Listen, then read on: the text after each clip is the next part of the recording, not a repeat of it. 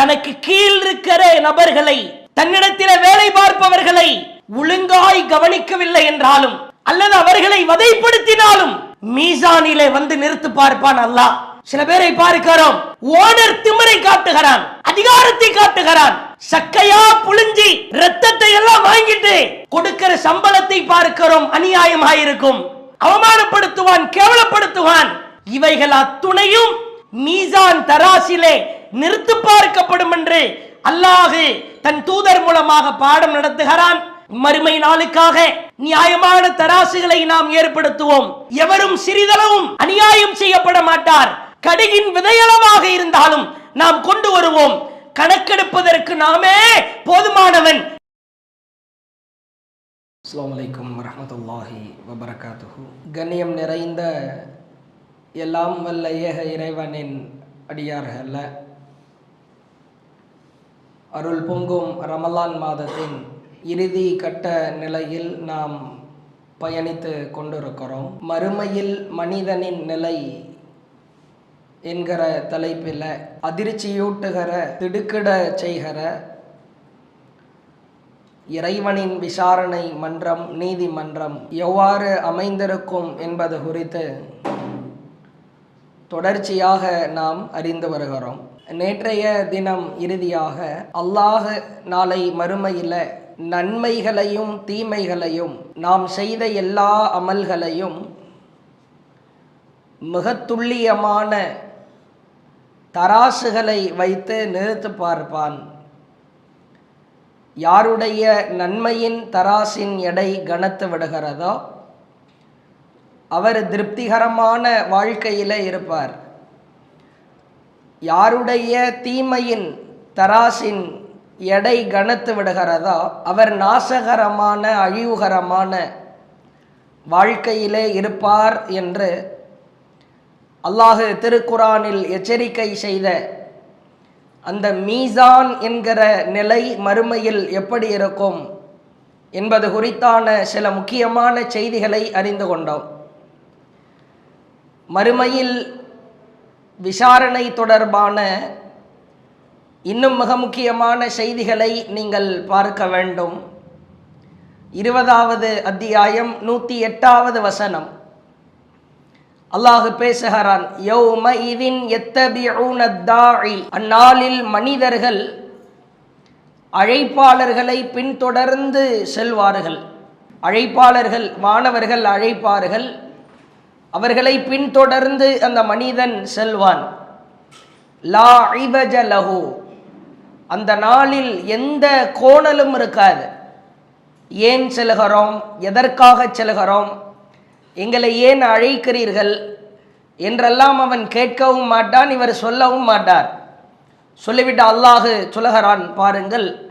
வஹஷஅத்தில் அஸ்வாத்து லிர்ரஹ்மான், அளவற்ற அருளாளனுக்கு முன்னால் அனைத்து சப்தங்களும் அடங்கி ஒடுங்கி நிற்கும். அப்பொழுதுதான் அல்லாஹ் தன் பவரை காட்டுவான், தன் இஸ்ஸத்தை, தன் அதிகாரத்தை அங்கே காட்டுவான். அல்லாஹுவிற்கு முன்னால் எந்த சப்தமும் எடுபடாது. பேசவே மாட்டான், மௌனமாய் நிற்பான், அமைதியாய் நிற்கிற சூழலிலே இருப்பான். சொல்லிவிட்டு அல்லாஹ் சொல்லுகிறான், ஃபலா தஸ்மஉ இல்லா ஹம்ஸா, அவர்கள் நடந்து செல்கிறார்களே அந்த காலடி சப்தத்தை தவிர, அருகிலே தகப்பனார் வரலாம், எதிரிலே மகன் செல்லலாம், பின்புறத்திலே சகோதரன் வரலாம், யாரையும் கண்டுகொள்ள மாட்டான். அவன் இந்த நாளில் கொடூரத்தை, பயங்கரத்தை அஞ்சியவாறு, அப்படியே கோணல் இல்லாதவாறு, எவ்வித எதிர்பேச்சுக்களும் பேசாமல் நடக்க ஆரம்பிப்பான். கால்கள் உரசுகிற அந்த சப்தம், காலடி எடுத்து வைக்கிற அந்த சப்தம், இந்த சப்தத்தை தவிர வேறு எந்த சப்தமும் இருக்காது என்று அல்லாஹ் அந்நாளின் பயங்கரம் குறித்து பேசுகிறான். 40வது அத்தியாயம் 15வது வசனத்தில் அல்லாஹ் சொல்லுகிறான், ரஃபீஉத் தரஜாத் ذுல் அர்ஷி யுல்கிர் ரூஹ மின் அம்ரி, அவன்தான் மனிதனின் தகுதிகளை அவன்தான் உயர்த்துகிறான். ذுல் அர்ஷ், அரிசுக்குரியவன் அவன்தான். யுல்கர் ரூஹ மின் அம்ரி, தன் அடியார்கள் மீது இறை செய்திகளை அவன் இறக்கி வைக்கிறான். அலா மையஷாஉ மின் இபாதி லியுன்திர யௌமத் தலாக், அடியார்களை அவனை சந்திக்கும் நாளிலே எச்சரிக்கை செய்வதற்காக பலதரப்பட்ட உபதேசங்களை அவன் சொல்லி எச்சரிக்கை செய்திருக்கிறான். சொல்லிவிட அல்லாஹ் சொல்லுகிறான் 40வது அத்தியாயம் 16வது வசனம், யௌமஹும் பாரிசூன், அந்நாளிலே அவர்கள் வெளிப்பட்டவாறு நிற்பார்கள். லா யக்ஃபா அலல்லாஹி மின்ஹும் ஷை, அவர்களின் எந்த விஷயமும் அல்லாஹ்விடத்திலே மறைந்திருக்காது, எந்த விஷயமும் மறையாது. இப்படிப்பட்ட ஒரு நாள் நம்மை அச்சுறுத்துகிற பயங்கரமான நாள். சொல்லிவிட்டு அல்லாஹ் சொல்லுகிறான், லிமனில் முல்குல் யௌம் லில்லாஹில் வாஹிதில் கஹார், இன்று ஆட்சி யாருக்குரியது, இன்று ஆட்சி யாருக்குரியது என்று அல்லாஹ் கேட்பான். லில்லாஹில் வாஹிதில் கஹார், அடக்கியாளுகிற ஏகன் ஒருவனாகிய அல்லாஹ்விற்கு மட்டுமே உரியது என்று அந்த நாளில் மனிதன் உணர்ந்து கொள்வான். வெளிப்படையாய் நிற்போம். நம்முடைய எல்லா காரியங்களும் செயல்களும் மறையாமல் வெளிப்படையாய் நிற்கும். அதுதான் மீசான். இந்த வசனத்திலே நமக்கான படிப்பினை என்ன? தராசு தட்டிலே நீ பார்ப்பாய், அங்கே எடை போட்டு நிறுக்கப்படும். நீ செய்த நன்மையான காரியம், தீமையான காரியம் ஒன்று கூட மறைந்திருக்காது. அதைத்தான் அல்லாஹ் திரும்ப திரும்ப சொல்லுகிறான், கடுகின் விதையானாலும் அதைவிட சிறியதாயினும் தராசு தட்டிலே நாம் நிறுத்து பார்க்கத்தான் போகிறோம், அங்கே கொண்டு வந்து நாம் வைப்போம் என்று அல்லாஹ் உபதேசம் செய்கிறான். இப்ராஹிம் அலைஹிஸ்ஸலாம், இப்ராஹிம் அலைஹிஸ்ஸலாம் எப்பொழுதுமே எந்த நேரத்திலுமே பொதுநலமாய் சிந்திக்கிற ஒரு அற்புதமான மனிதர். இப்ராஹிம் அலைஹிஸ்ஸலாம் தனக்கென்று எதையுமே சிந்திக்க மாட்டார்கள். மக்களை காப்பாற்ற வேண்டும், மக்களுக்காக வாழ வேண்டும் என்று சொல்லி குணத்தால் ஆகச் சிறந்தவர் இப்ராஹிம் அலைஹிஸ்ஸலாம். அந்த இப்ராஹிம் நபி ஒரு சமயம் அல்லாஹ்விடத்திலே கேட்கிற கோரிக்கை குறித்து அல்லாஹ் சொல்கிறான். எப்படிப்பட்ட ஒரு வார்த்தை என்று பாருங்கள். 14வது அத்தியாயம் 41வது வசனம், ரப்பனா, எங்கள் இறைவா, இக்ஃபிர்லி, என்னை மன்னிப்பாயாக, ஒலிவாலிதைய, என் பெற்றோரை மன்னிப்பாயாக, ஒலில் முஃமினீன, முஃமினான ஆண்கள் பெண்கள் அனைவரையும் மன்னிப்பாயாக. அடுத்து இப்ராஹிம் நபி கேட்கிறார், எங்கே மன்னிப்பாயாக, எங்க மன்னிக்கணும், எந்த இடத்துல மன்னிக்கணும்? இப்ராஹிம் அலைஹிஸ்ஸலாம் கேட்கிறார்கள், யௌம யகூமுல் ஹிசாப், மனிதர்களை எல்லாம் உயிர் கொடுத்து எழுப்புகிற அந்த நாளில என்னை மன்னிப்பாயாக, என் பெற்றோரை மன்னிப்பாயாக, முஃமினான ஆண்கள் பெண்கள் அனைவரையும் மன்னிப்பாயாக. எப்படிப்பட்ட பிரார்த்தனை என்று பாருங்கள். சுயநலம் இல்லாத பொதுநல சிந்தனையோடு அடங்கிய ஒரு பிரார்த்தனை. இதிலே வருத்தம் என்ன தெரியுமா, வேதனை என்ன தெரியுமா? இப்ராஹிம் நபியை எந்த மனிதர் பெற்றெடுத்தாரோ அப்படிப்பட்ட தந்தை நரகவாசி, அவருக்கு அல்லாஹ் நேர்வழி கொடுக்கவில்லை. அப்படி இருக்கலாம். நாம் பிரார்த்தனை செய்கிறோம். இந்த பிரார்த்தனை நம்முடைய பெற்றோர் இணை கற்பிக்கிற காரியத்திலேயே மரணித்திருந்தார்கள் என்றால் அவர்களுக்கு இந்த பிரார்த்தனை பொருந்தாது. முஃமின்களாகிய அனைவரையும் நீ மன்னிப்பாயாக என்று கேட்கிறோம். ஷிர்க் வைக்கிறார்கள், இணை கற்பிக்கிறார்கள், அல்லாஹுவை மறுக்கிறார்கள், அல்லாஹுக்கு மாறு செய்கிறாங்க. அந்த மாதிரியான நபர்களாக இருந்தால் இந்த பிரார்த்தனை அவர்களுக்கு பொருந்தாது. அவர்கள் அல்லாத மற்றவர்களுக்கு இந்த பிரார்த்தனை அல்லாஹ் ஏற்றுக்கொள்வான். இப்ராஹிம் நபி கேட்ட பிரார்த்தனை, என்னை மன்னித்து விடு, என் பெற்றோரை மன்னித்து விடு, இறை நம்பிக்கை கொண்ட அனைவரையும் மன்னித்து விடு. எங்கப்பா மன்னிக்கணும்? இப்ராஹிம் நபி கையேந்துகிறார், யௌம யகூமுல் ஹிசாப், விசாரணை நடைபெறுகிற நாளில் மன்னித்து விடு, அவமானப்படுத்தி விடாதே, கேவலப்படுத்தி விடாதே. அல்லாஹுவின் தூதர் அஞ்சுகிறார்கள். அல்லாஹுவின் தூதருடைய பயம் குறித்து அல்லாஹ் சொல்கிறான். 6வது அத்தியாயம் 15வது வசனம், நபிகளாருக்கு மறுமையிலே மோட்சம் கிடைக்காமல் இருக்குமா? நபிகளாருக்கு மறுமையில் வெற்றி கிடைக்காமல் இருக்குமா? நபிகளாரை அல்லாஹ் மறுமையில் வெறுத்து ஒதுக்குவானா? நபிகளாரை அல்லாஹ் மறுமையில் அவர்கள் மீது அன்பை பொழிந்து பாசம் என்கிற இரக்கத்தால் சூழாமல் இருப்பானா? அப்படிப்பட்ட நபிகள் நாயகம் ஸல்லல்லாஹு அலைஹி வஸல்லம் அவர்கள் இந்த மீசான் தொடர்பாக, மறுமை தொடர்பாக அந்த அச்சத்தினால், பீதியினால் அவர்கள் கேட்ட வார்த்தையை அல்லாஹ் பதிவு செய்கிறான். 6வது அத்தியாயம் 15வது வசனம். குல், நபியே நீங்கள் சொல்லுங்கள். அல்லாஹ் சொல்லுகிறான், இன்னி அகாஃபு இன்ன அஸைது ரப்பி, என் இறைவனுக்கு நான் உலகத்திலே வாழ்கிற பொழுது மாறு செய்தால் அஸாப யௌமின் அதீம், அந்த மகத்தான நாளின் வேதனைக்கு அஞ்சுகிறேன் என்று சொல்லுங்கள். ஒரு ரப்புக்கு நீ மாறு செஞ்சா, அல்லாஹ்வின் கட்டளைக்கு கீழ்ப்படிய மறுத்தால், அந்த மகத்தான நாளின் வேதனைக்கு நீ அஞ்சுகிறேன் என்று சொல். அடுத்த வசனத்திலே சொல்கிறான், 6வது அத்தியாயம் 16வது வசனம். மை யுஸ்ரஃப் அன்ஹு யௌமைதின், அந்நாளின் வேதனையிலிருந்து யார் காப்பாற்றப்படுகிறாரோ ஃபகத் ரஹிமஹு, அவன் மீதுதான் அல்லாஹ் அருள் புரிந்திருக்கிறான். வதாலிகல் ஃபௌசுல் முபீன், அதுதான் அவர்களுக்கு மிக தெளிவான மகத்தான வெற்றியாக அமையும் என்று அல்லாஹ் நபியை பார்த்து பேச சொல்லுகிறான். நீ பயப்படுறன்னு சொல்லு. நபியே பயந்து நடுங்கிய ஒரு நாள். அனைத்திற்கும் அடிப்படையான காரணம், இது போன்று தராசுகள் நெருக்கப்படுகிற பொழுது அவன் அனுபவிக்கிற வேதனை, அவனுடைய சிந்தனை, அல்லோலப்பட்டு நிற்கிற, புலம்பி தள்ளுகிற, கதறுகிற அந்த சூழல் குறித்து தான் அல்லாஹ் எச்சரிக்கை செய்கிறார். அல்லாஹுவின் தூதர் அவர்கள் இந்த தராசு தட்டின் நன்மையின் எடை கணக்க வேண்டுமானால் நமக்கு சில முக்கியமான விஷயங்களை கற்றுக் கொடுத்திருக்கிறாங்க. இது ரொம்ப ரொம்ப முக்கியம்.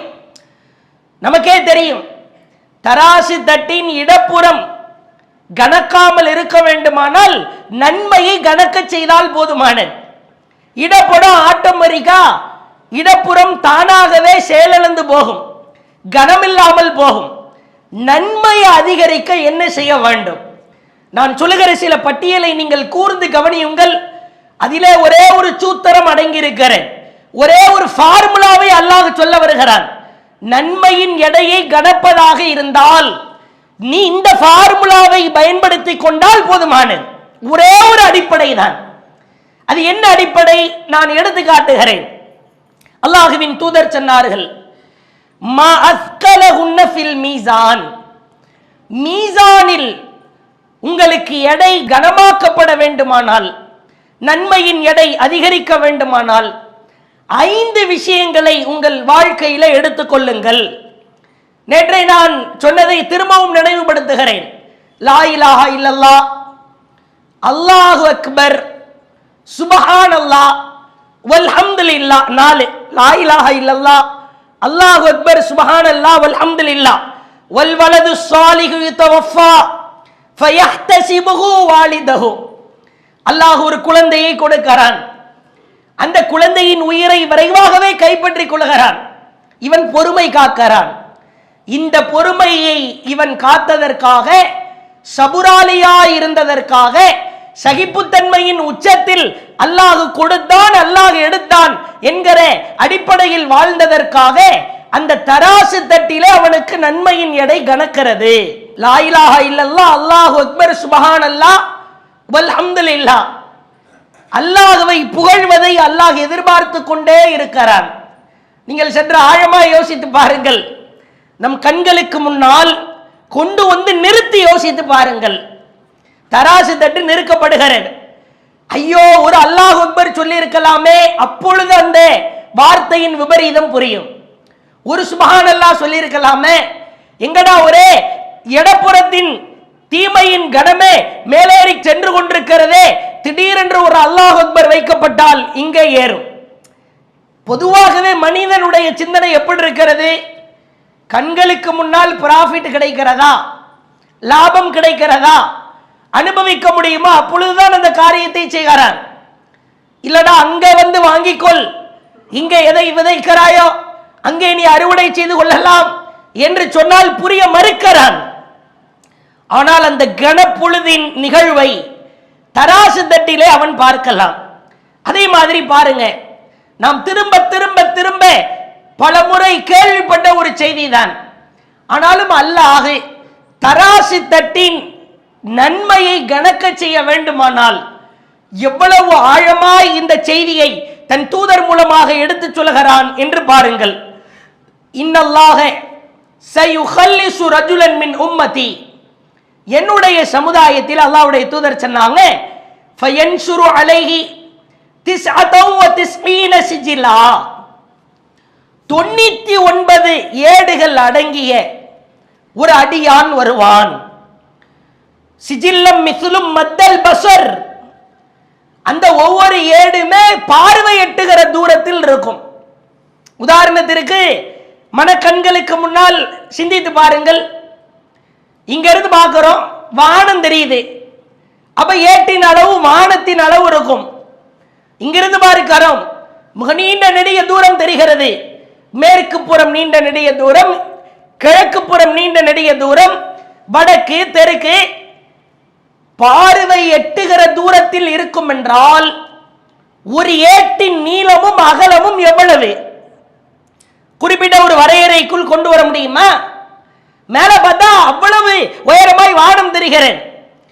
அவ்வளவு விபரீதமாய் வாழ்கிற காலகட்டத்திலே பாவங்களையே செய்து 99 ஏடுகளை நிரப்பி இருக்கிறார். சரி, ஒரு ஏட்டின் நீளமும் அகலமும் இவ்வளவு பெரியது என்றால் அந்த ஏட்டில் ஒரு பேஜ் இருக்குமா? ஒரு பக்கத்தின் அளவு சுப்ஹானல்லாஹ் நினைத்து கூட பார்க்க முடியவில்லை. ஒரு ஸ்கொயர் நோட்டு 48 பக்கம் அடங்கிய நோட்டு வாங்கினாலும் அவ்வளவு எழுதுகிறோம். இது மாதிரி ஒரு 100 நோட்டு வாங்கினா எவ்வளவோ எழுதி விடுகிறோம், எழுத முடிகிறது. ஒவ்வொரு பேஜும் ஒவ்வொரு பக்கமும் பார்வை எட்டுகிற தூரம். அப்ப ஒரு புத்தகத்தில் எத்தனை பக்கம் இருக்கும்? இந்த மாதிரி 99 புத்தகம். அல்லாஹ் அந்த அடியானை அழைக்கிறான், அழைத்து கேட்கிறான், அதுன்கிரு மின் ஹாதா ஷைஆ, அடியானே இந்த ஏட்டில் இருப்பதை நீ ஏதேனும் மறுக்கிறாயா? உனக்கு ஏதாவது டவுட்டா இருக்குதா? இல்லை என்பான். பிறகு அல்லாஹ் கேட்கிறான், அவ்வலமக்க கதபத்தில் ஹாஃபிதூன், உன்னை சங்கைக்குரிய அந்த வானவர்கள் பாதுகாத்து நீ என்ன செய்கிறாயோ அதை அப்படியே இந்த ஏட்டிலே எழுதியிருக்கிறார்கள். ஃபயகூல் லா யா ரப்பி, உண்மைதான். உடனே அல்லாஹ் அடுத்து கேட்கிறான், அஃபலக உதுருன், நீ இந்த பாவத்தெல்லாம் செய்யறதுக்கு ஏதாவது ரீசன் சொல்ல போகிறாயா? நான் இதற்காகத்தான் இந்த பாவத்தை செஞ்சேன், அதன் காரணமாகத்தான் செய்தேன், எதுவும் காரணம் எதுவும் உன்னிடத்தில் இருக்கிறதா? ஃபயகூல் லா யா ரப்பி, ஒரு காரணமும் இல்லை. அங்க போயிட்டு வாயெல்லாம் திறக்கவே முடியாது, எனக்கு அதுதான் இதுதான். இங்க செஞ்ச தப்ப அப்பட்டமா அப்ரூவல் ஆகி ஆதாரம் இருந்தாலும் அதை மாற்றுகிற அளவிற்கு ஆற்றல் நிறைந்தவனாய் மனிதன் இருக்கிறான். கையும் களவுமா சிக்கி இருப்பானே, அதை கூட மாற்றுகிற அளவிற்கு என்னென்ன தில்லு முள்ளுகள் செய்ய முடியுமோ அவ்வளவும் செய்யலாம். அல்லாஹ் கிட்ட போய் இதெல்லாம் வேக, இதெல்லாம் நடக்க. பிறகு அல்லாஹ் கேட்பான், பலா கவலைப்படாதே மனிதா, இன்னலக இந்தனா ஹஸனா, உனக்கு ஒரு நன்மை இருக்கிறது. ஃபஇன்னஹு லா துல்ம அலைக்கல் யௌம், இன்றைய தினம் என்னிடத்தில் யாரும் அநியாயம் செய்யப்பட மாட்டார்கள். இப்பொழுது வானவர்கள் அந்த நன்மையை எடுத்து வாருங்கள் என்று அல்லாஹ் அழைப்பான். அவர்கள் ஒரு சிறிய அளவிலான பித்தாக்கா, ஒரு கார்டு, ஒரு அட்டை ஒன்றை எடுத்து வருகிறார்கள். உடனே அடியான் பார்க்கிறான், ரப்பே 99 ஏடுகள் எவ்வளவு பிரம்மாண்டமா இருக்கிறது, ஒவ்வொன்றும் என் கண்ணு கன்ற தூரம் இருக்குது, ஒரு அட்டையை கொண்டு வந்துட்டு இதுதான் என் நண்பன்னா, இது எப்படி இறைவா? நீ கொஞ்சம் அமைதியாயிரு, நடப்பதை கவனி என்று அல்லாஹ் சொல்லுவான். அட்டை வலப்புற தட்டிலே வைப்பதற்கு முன்னால் 99 ஏடுகளும் இடப்புற தட்டிலே வைக்கப்படுகிறது. இப்பொழுது தராசு தட்டு வலப்புறம் மேலே ஏறி நிற்கிறது, இடப்புறம் கீழே இறங்கி கனத்து போய் நிற்கிறது.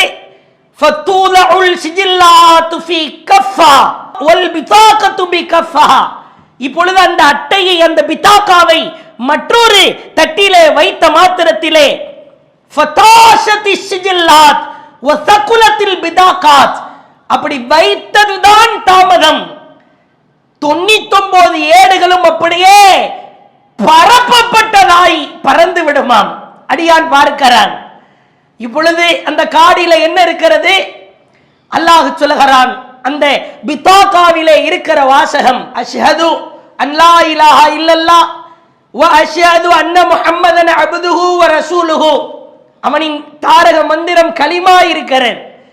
பரப்பி அப்படியே தூக்கி அடிச்ச அளவுக்கு ஒன்றுமில்லாமல் இந்த கலிமா அவனை மிகப்பெரிய அளவிலே காப்பாற்றுகிறது.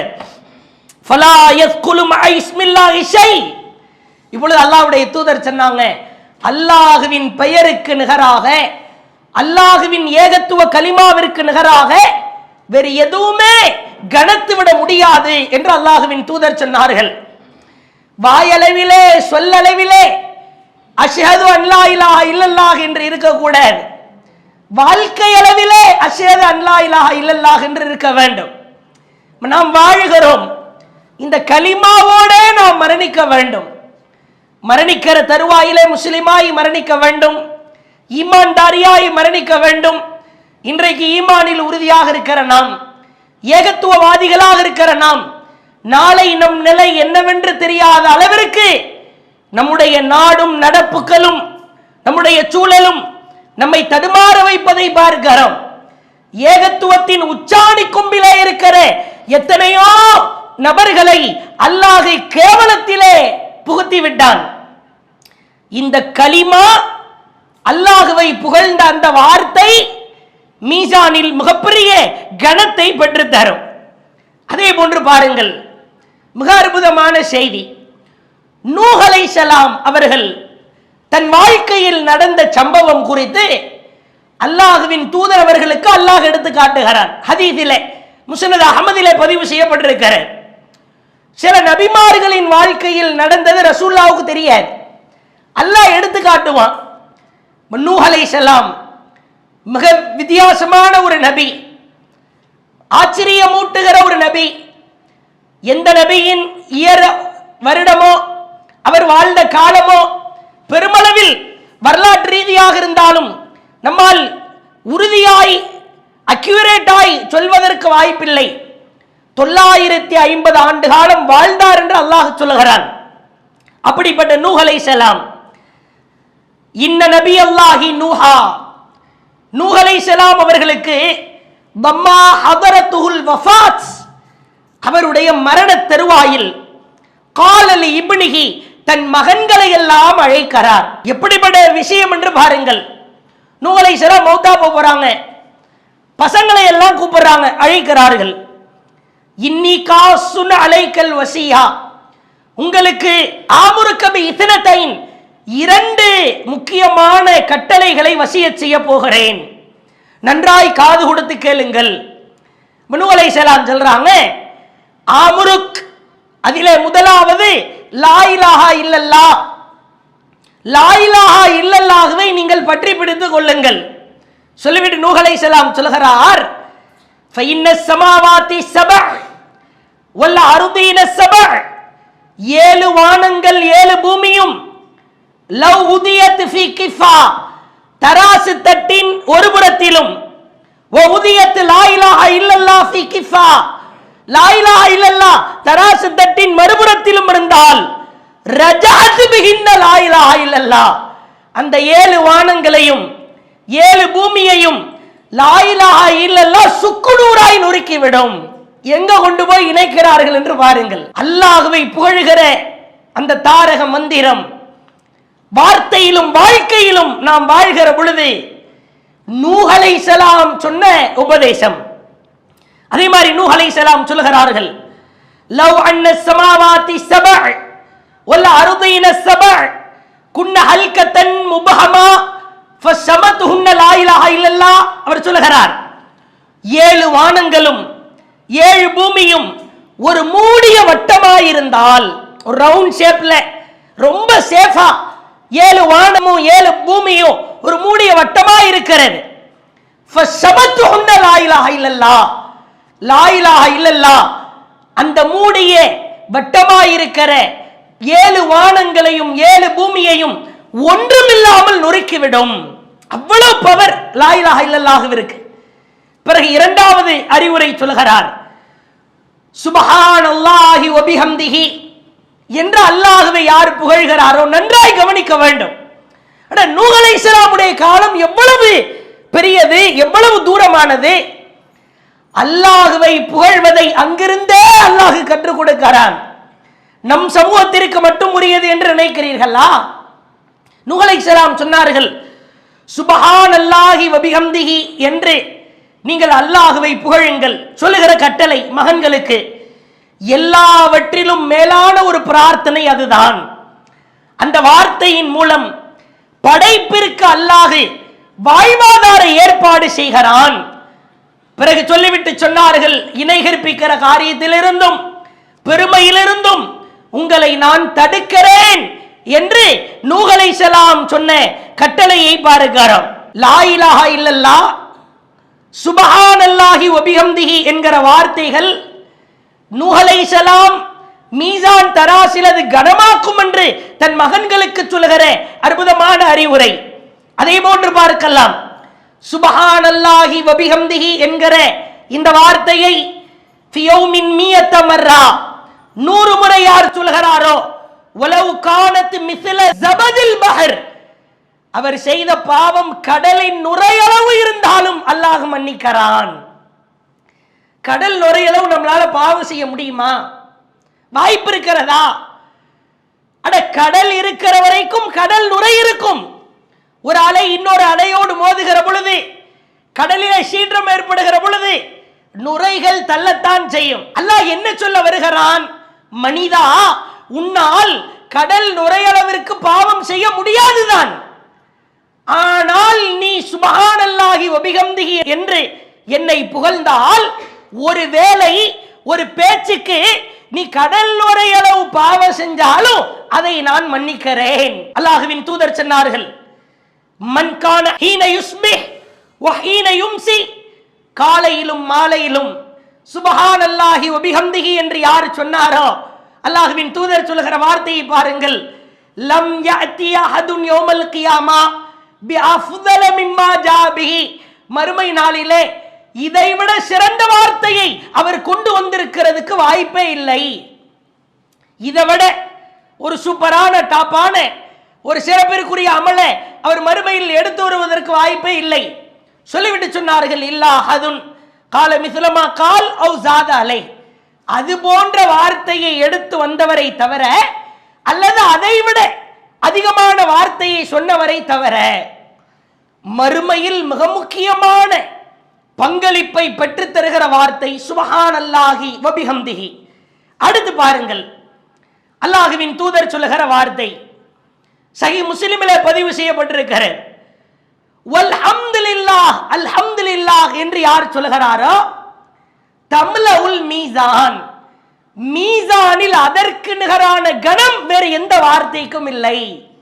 அல்ஹம்துலில்லாஹ், எளிமையான வார்த்தை, சுலபமான வார்த்தை, பரிச்சயமான வார்த்தை.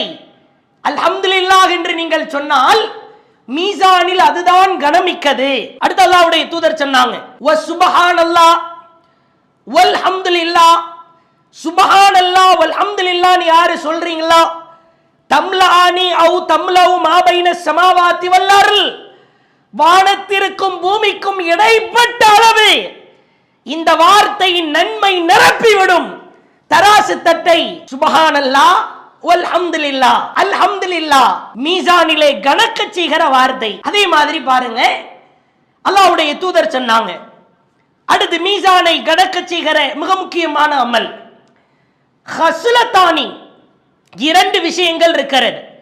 லா யுஹாஃபிது அலைஹிமா அப்துன் முஸ்லிமுன் இல்லா தஹலல் ஜன்னா, இந்த 2 காரியத்தை முஸ்லிமான அடியார்கள் தொடர்ச்சியாக செய்தால் நிச்சயமாய் சொர்க்கத்திலே நுழைவார்கள். சொல்லிட்டு ரசூலுல்லாஹ் சொல்றாங்க, உமா யசீர், இந்த 2 காரியமோ எளிதானது, உமை அமல் பிஹிமா கலில், ஆனால் இந்த 2 அமலை செய்பவர்களோ மிகவும் குறைவானவர்கள் தான். உடனே அருகில் இருக்கிற தோழர்கள் எல்லாம் அல்லாஹ்வின் தூதரிடத்திலே கேட்கிறார்கள், அது என்ன ரெண்டு காரியம்? எளிதான காரியம்.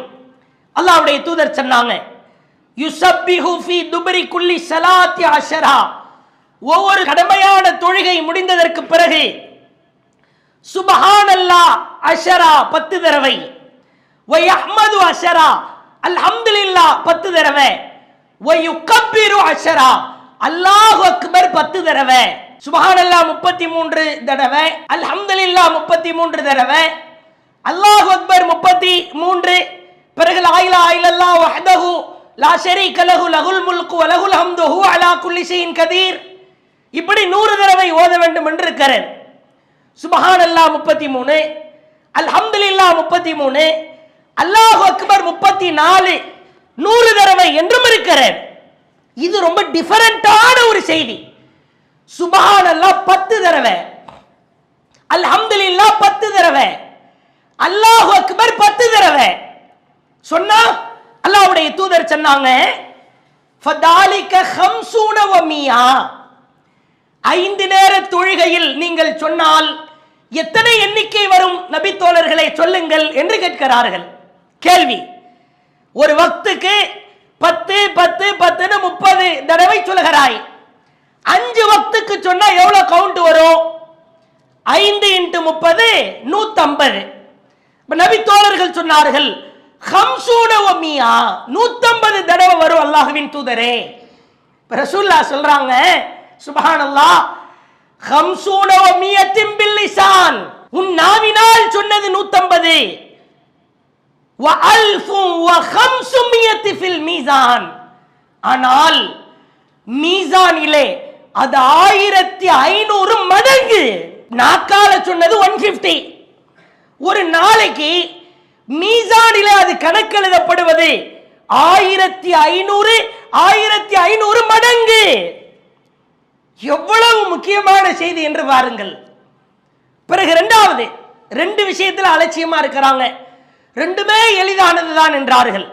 பிறகு அல்லாஹ்வுடைய தூதர் சொன்னாங்க, இதா அஹத மல்ஜாஹு, உங்களிலே ஒருவர் படுக்கைக்கு செல்கிற பொழுது யுகப்பிரு 34, அல்லாஹு அக்பர் 34 தடவை, வ யஹ்மது 33, அல்ஹம்துலில்லாஹ் 33 தடவை, வ யுஸப்பிஹு 33, சுப்ஹானல்லாஹ் 33 தடவை, சுப்ஹானல்லாஹ் 33 தடவை, அல்ஹம்துலில்லாஹ் 33 தடவை, அல்லாஹு அக்பர் 34 தடவை. அப்படியே பின்னாடி இருந்து வரலாம், முன்னாடி இருந்து போகலாம். இப்ப நபி தோழர்கள்ட்ட கேட்கிறாங்க, இது மொத்தம் சொன்னால் எத்தனை?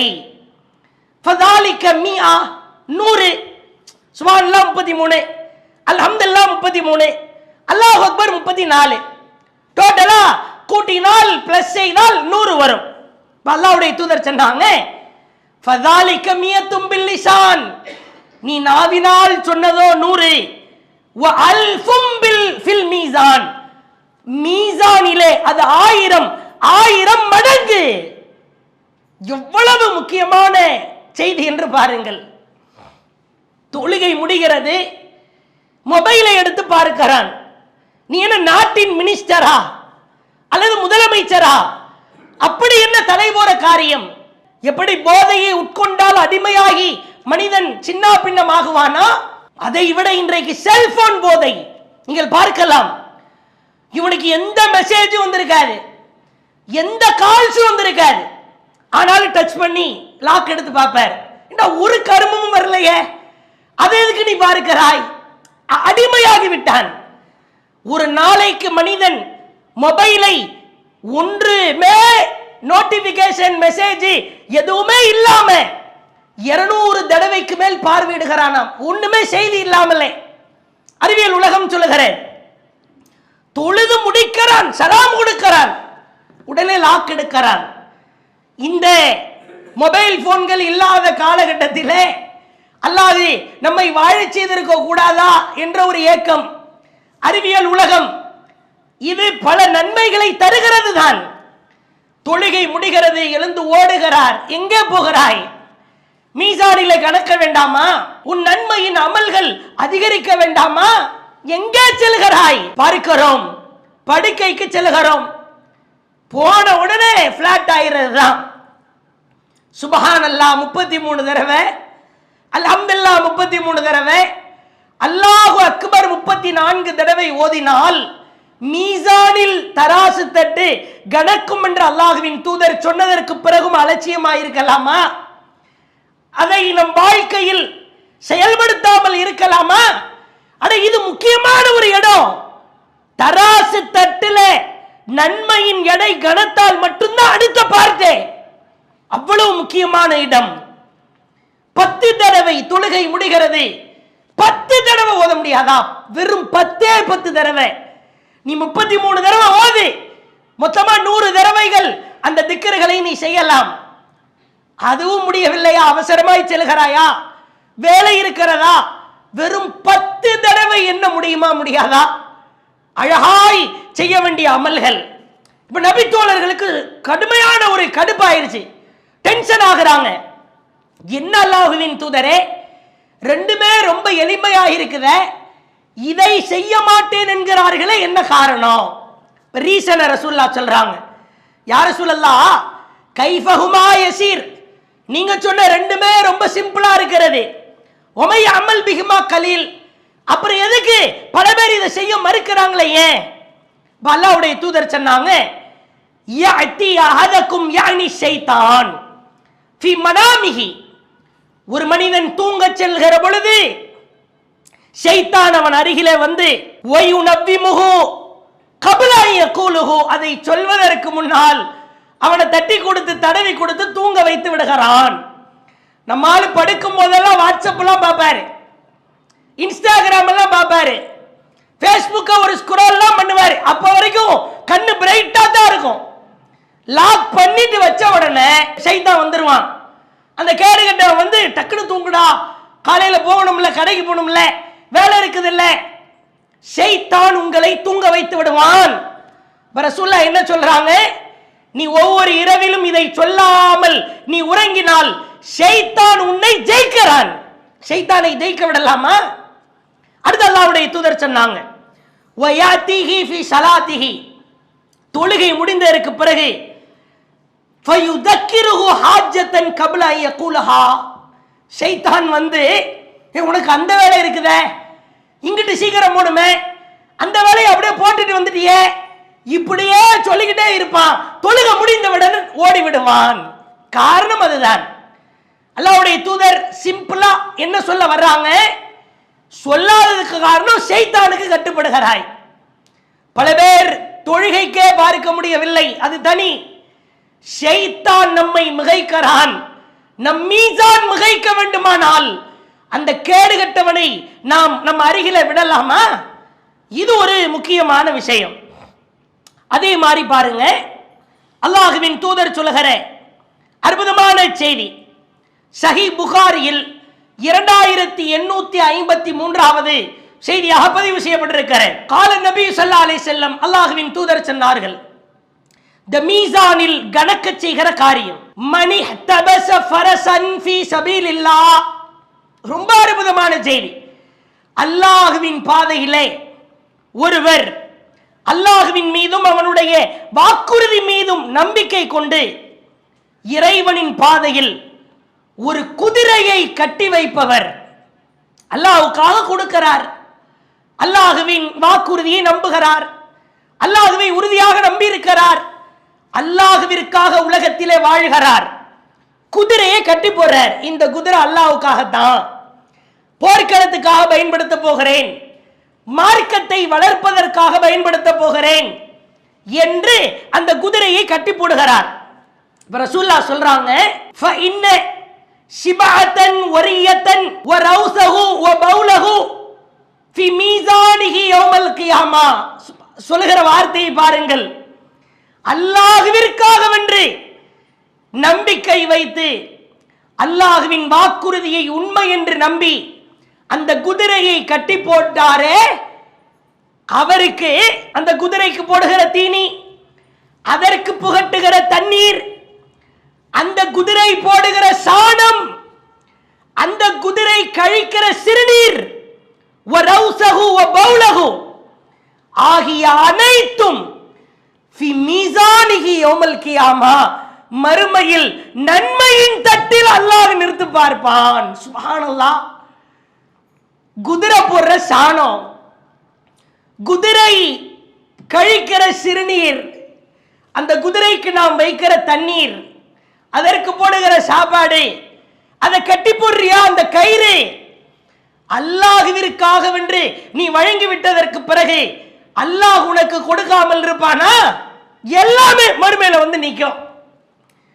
அல்லாஹ்வின் பாதையில் குதிரை என்றால் போர்க்களத்திற்காக சொல்லப்பட்டது என்றாலும் கூட மார்க்கத்திற்காக நாம் செலவு செய்கிற அனைத்தும், அதற்காக செயல்படுத்துகிற காரியங்கள், அல்லாஹ்வின் மார்க்கத்தை பலப்படுத்துவதற்காக நாம் செய்கிற ஒவ்வொரு விஷயமும் மீசானிலே நன்மையை கணக்க செய்கிறது. இதை அல்லாஹ்வின் தூதர் சொல்லுகிற அற்புதமான செய்தியாய் பார்க்கலாம். அதே மாதிரி பாருங்க, மீசானை கணக்க செய்கிற காரியம். சமிஅத்து நபிய யகூல், கேளுங்கள் நபி தோழர்களே, அல்லாஹ்வின் தூதர் சொன்னார்கள், மாமின் ஷைஇன் யூதஉ ஃபில் மீசான், மீசானிலே ஒரு மனிதனுடைய அந்த அமல்களில் மிகவும் கனமானது அத்கலு மின் ஹுஸ்னில் ஹுல்க், நற்குணத்தால் வாழ்ந்திருப்பான் அல்லவா, நல்ல குணத்தால், புன்சிரிப்பால், யாருக்கும் எந்த இடையூறும் கொடுக்காமல் அவன் உண்டு அவன் வேலை உண்டு என்று வாழ்ந்திருப்பான் தானே, அந்த நற்குணங்கள் மீசானிலே கனமாக இருக்கும். அல்லாஹ்வுடைய தூதர் சொல்றாங்க, வ இன்ன ஸாஹிப ஹுஸ்னில் ஹுல்கி, நற்குணம் என்பது ல யப்லுகு பிஹி தரஜா, அந்த அந்தஸ்து மீசானில் எவ்வளவு கனமானது தெரியுமா? சாஹிபி ஸௌமி வஸ்ஸலா, நோன்பும் தொழுகையும் எவ்வளவு நன்மையை பெற்று தருமோ அதற்கு நிகரானது. நோன்பிற்கும் தொழுகைக்கும் மீசான் தராசிலே எவ்வளவு கனம் கிடைக்குமோ அதற்கு நிகரானது நற்குணம். சற்று ஆழமாய் சிந்தித்து பார்க்க வேண்டும். நற்குணச்சீலர்களாய் வாழ்வதற்கு கடமைப்பட்டிருக்கிறோம். தன் வீட்டிலும் தன் மனைவியிடத்திலும் தன் பிள்ளைகளிடம் பெற்றோர்களிடம் யாராக இருந்தாலும், சில பேரெல்லாம் பார்க்கிறோம் அந்த ஜமாத்தை இந்த ஜமாத்தின்னு பிரித்து பார்க்கிறார்கள். முஸ்லிம் என்கிற அடையாளம் இருக்கிறதா? சலாம் சொல்ல வேண்டும் என்று மார்க்கம் சொல்கிறது. சலாம் சொன்னால் கூட காதுகளில் விழாதவாறு விழுந்தும் நடிக்கிற சிலரை பார்க்கிறோம். ஒரு புன்சிரிப்பு இல்லை, எப்ப பார்த்தாலும் ஜிஞ்சர் மங்கி மாதிரி மூஞ்ச தூக்கி வச்சிட்டு இருப்பதை பார்க்கிறோம். நற்குணம் அது மீசானில் கனமாக்கும். அல்லாஹ்வின் தூதர் தன் நற்குணத்தினால் பாடம் நடத்தினார்கள். சில பேரை பார்க்கிறோம், வெளியே ஃபுல்லா கலகலன் இருப்பார், வீட்டுக்கு போனா வில்லன் ஆயிருவார். மனைவியை பிடிச்சி கத்துறது, அடிமை மாதிரி நடத்துறது. இவரு வீட்டுக்கு வந்துட்டாருன்னா பையன் 10 நிமிஷத்துக்கு முன்னாடி வீட்டை விட்டு வெளியே போயிடுவான். அவர் வெளியே போயிட்டாருன்னா அதுக்கப்புறம் இவன் உள்ள போவான். இந்த மாதிரி வெளியே நல்ல மனிதனை போன்று வாழ்வதும் வீட்டிலே அப்படிப்பட்ட வாழ்க்கை எல்லாம் குழி தோண்டி புதைப்பதும் நற்குணம் எங்கே? சில பேரை பார்க்கிறோம், இஸ்லாமிய மார்க்கத்திற்கு அவமானத்தை ஏற்படுத்துகிற முஸ்லிம்களாய் வாழ்கிறார்கள். ஒரு காலம் இருந்தது, பாயா பாய் கடையா, முஸ்லிம் பாயா நீதியாயிருப்பார், நியாயமாயிருப்பார், நல்ல பொருளை கொடுப்பார். இன்றைக்கு ஒரு சில விரல் விட்டு எண்ணப்படுகிற இஸ்லாத்தை களங்கப்படுத்துகிற சில மோசமானவர்களால் அவர்களின் நற்குணத்தை குழி தோண்டி புதைத்த காரணத்தினால் இஸ்லாத்திற்கே களங்கம் ஏற்படுகிற, நம்பி போய் நின்ன ஏமாத்திடுறான், அவமானப்படுத்துகிறான். ஐயோ இவங்க ஃபுல்லாவே இந்த முஸ்லிம்கள் முழுக்கவே இப்படிப்பட்ட கேவலமான குணத்தில் இருப்பார்களோ என்று ஒரு சிலரால் அது எங்க வந்து அல்லாஹ் நிற்கிறான் என்று பாருங்கள். உனக்கு நற்குணம் இருக்கிறதா? நல்ல மனிதனாய் வாழ்கிறாயா? உன்னை அல்லாஹ் மீசான் தராசில் தொழுகை நோன்பிற்கு நிகராய் நிற்கிறான், எடை போட்டு பார்க்கிறான். இது ஒரு முக்கியமான விஷயமாய் நாம் தெரிந்து கொள்ள வேண்டும். அதே மாதிரி பாருங்க, மீசான் தராசில் கனமாக்குகிற காரியம். இப்னு மஸ்ஊத் ரலியல்லாஹு அவர்கள் ஒரு நாள் தகீக் சாக்கைன் சிவாக்கன் மினல் அராக், இந்த பல் துலக்குகிற குச்சி, அராக்கு குச்சியை எடுக்கிறதுக்காக மரத்துக்கு மேல ஏறுறாங்க. ஏறுனா இப்னு மஸ்ஊத் அவர்களுக்கு ரெண்டு காலுமே கொஞ்சம் லேசா ஊனமா இருக்கும். அதை வெளிக்காட்டாமல் ஓரளவு ஆடைகளை வைத்து மறைத்து அப்படிதான் வாழ்ந்து வர்றாங்க. சில பேரை பார்க்கலாம், கூட பக்கத்துல போய் பழகினாதான் கையில ஒரு விரல் இல்லாம இருக்கிற மாதிரி தெரியும். சில பேரை பார்க்கலாம், நெருங்கி பழகிற நபர்களுக்கு மட்டும்தான் அவங்க உடல்ல இருக்கிற ஊனம் எல்லாம் தெரியும். அது மாதிரி இப்னு மஸ்ஊத் ரலியல்லாஹு அவங்களுக்கு கால்ல கொஞ்சம் ஊனம். ஒரு நாள் பல் துலக்கிற குச்சியை எடுப்பதற்காக மரத்தில ஏறுகிறார்கள். ஏறினா நன்றாக தரையில நடக்கிற பொழுதே நல்ல கால் வேணும், அப்பதான் கொஞ்சம் பேலன்ஸோடு நாம நடக்க முடியும். மரத்தில ஏறினால் கூடுதலா பேலன்ஸ் கிடைக்கணும், பலம் வேண்டும். ஏறுவதற்கு முற்படுகிறார். லேசாக அப்படியே கால் அப்படியே தடுமாறி அவங்க காலில் இருக்கிற அந்த ஊனம் வெளியே தெரியுது. இப்ப பாருங்க, ஃபதஹிகல் கௌம், அருகில இருக்கிற கூட்டத்தார்கள் எல்லாம் அவரை பார்த்தும் அவர் கால்களை பார்த்தும் சிரிக்க ஆரம்பிக்கிறார்கள், அந்த ஊனமான கால்களை பார்த்து. ஃபகால ரசூலுல்லாஹி ஸல்லல்லாஹு அலைஹி வஸல்லம், அல்லாஹ்வின் தூதர் கேட்டார்கள், மிம்ம தல்ஹகுன், எதுக்கு சிரிக்கிறீங்க? எல்லாரும் கூட்டமா கெகபகேன்னு சவுண்ட் போடுற மாதிரி இருக்குது, ஏன்? காலு யா நபி அல்லாஹ் மின் திக்கத்தி சாக்கைஹி, அந்த முடியாத ஊனமான கால்களை வைத்து மரத்தில் ஏறினார், தடுக்கி விழ பார்த்தார், அவர் பதறினதை பார்த்து சிரிச்சோம். ரசூலுல்லாஹ் அப்படியே ஒரு உச்சகட்டமா ஒரு கோபத்தால் மிகைத்து விடுகிற அளவிற்கு ஒரு மாதிரி முகமெல்லாம் மாறுது. அல்லாஹ்வுடைய தூதர் சொல்றாங்க, ஃபகால், மக்களே அறிந்து கொள்ளுங்கள், வல்லதி நஃப்ஸி பியதி, என் உயிர் எவன் கைவசம் இருக்கிறதோ அவன் மீது சத்தியமிட்டு சொல்கிறேன், லஹுமா, இப்னு மஸ்ஊத் உடைய அந்த இரண்டு கால்களும் அத்கலு ஃபில் மீசான் மின் உஹது, உஹது மலையை விட மீசானில் கனமாயிருக்கும். யாரை பார்த்து சிரிக்கிறாய்? கால்ல ஊனம்னா சிரிப்பியா? அல்லாஹ் எவற்றை எல்லாம் எடை போடுகிறான் என்று பாருங்கள். இப்னு மஸ்ஊத் உடைய காலில் ஊனம், அதனால் நீ சிரிப்பாயா? ரெண்டு காலுக்கான வெயிட் தெரியுமா? உஹது மலைக்கு நிகரான எடை அந்த மீசானில் அல்லாஹ் இவர் இரண்டு கால்களுக்கும் எடை போட்டு நிறுத்தி பார்க்கிறான். சுப்ஹானல்லாஹ். உடலிலே ஏற்பட்டிருக்கிற ஊனம், அதை பார்த்து கடுகளவிற்கு கூட கிண்டல் செய்யக்கூட. குட்டையா இருந்தா குட்டைங்கிறது, நெட்டையா இருந்தா பனைமரத்தில் பாதிங்கிறது, கருப்பா இருந்தா காக்கான்றது, சிவப்பா இருந்தா அதுக்கு ஏதாவது கிண்டல் பண்றது, ஒல்லியா இருந்தா குண்டா இருந்தா ஒரு மாதிரி தத்தி தத்தி நடந்தா, எத்துணை கேடுகட்ட பழக்கம் தெரியுமா இது? தலைமுடி வயசான கொட்டை தான் செய்யும், முடி இல்லைன்னா சொட்டங்கிறது, முடி இருந்தா அதை வேற மாதிரி சொல்றது, முகம் ஒரு மாதிரி, அவருடைய வாயோ மூக்கோ காதோ ஏற இறங்க இருந்தா அதை நக்கல் செய்வது.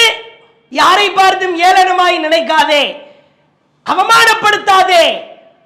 உன்னை அறியாமலேயே அல்லது உன்னை அறிந்தோ உன் உடலிலே ஒரு ஊனம் இருந்தாலும் கூட மீசானில் வந்து பார்த்து கொள்ளலாம். எடை போட்டு அல்லாஹ் நிற்கிறான். இறுதியா ஒரே ஒரு செய்தி, அல்லாஹ்வுடைய தூதர்கிட்ட இந்த மீசான் தொடர்பா இரண்டு அடிமைகளை வைத்திருக்கிற ஒரு மனிதர் வருகிறார். அல்லாஹ்வின் தூதரே, என்கிட்ட ரெண்டு அடிமைகள் இருக்கிறாங்க, அதிகமா பொய் பேசுறாங்க, மோசடி செய்யறாங்க, மாறு செய்யறாங்க, அதனால நான் அவங்கள திட்டுறேன், அடிக்கிறேன், இவங்க விஷயத்துல என் நிலை எப்படி? அவர் கேட்கிறார். அப்ப அல்லாஹ்வுடைய தூதர் சொல்றாங்க, உம்மிடத்தில் மோசடி செய்தது, மாறு செய்தது, பொய் சொன்னது அல்லது இதெல்லாம் சரியா இருக்கும் அப்படின்னா உம்முடைய தண்டனை, நீ அடிக்கிறாய், திட்டுகிறாய், அவன் பொய் சொன்னது, மோசடி செய்தது, மாறு செய்தது, இதற்கெல்லாம் நீ அடிக்கிறது திட்டுறது சரியா இருந்துச்சுன்னா பிரச்சனை இல்லை.